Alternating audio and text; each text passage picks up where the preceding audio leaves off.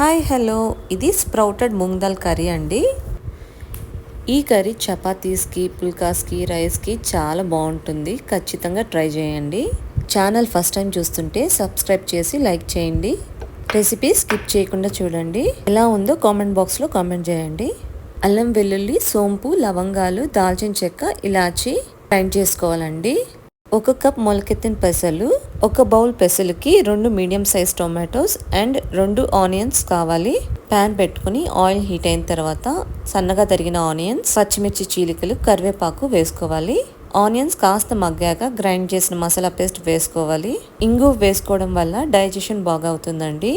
And సన్నగా తరిగిన tomatoes కూడా వేసి బాగా మగ్గిన తర్వాత 1 స్పూన్ ధనియాల పొడి, పసుపు అండ్ కారం అనేది మన టేస్ట్కి తగ్గట్టు వేసుకోవచ్చు.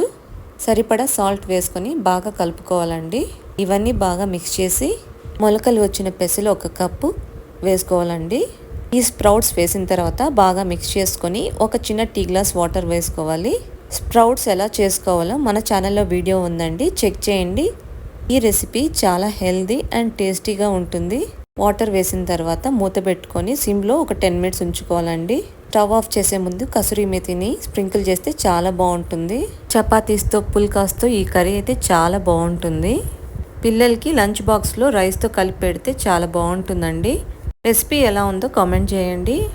ఇలాంటి మరెన్నో వీడియోస్ కోసం నా ఛానల్ అయితే సబ్స్క్రైబ్ చేయండి. Do subscribe, like, share and comment. Bye bye.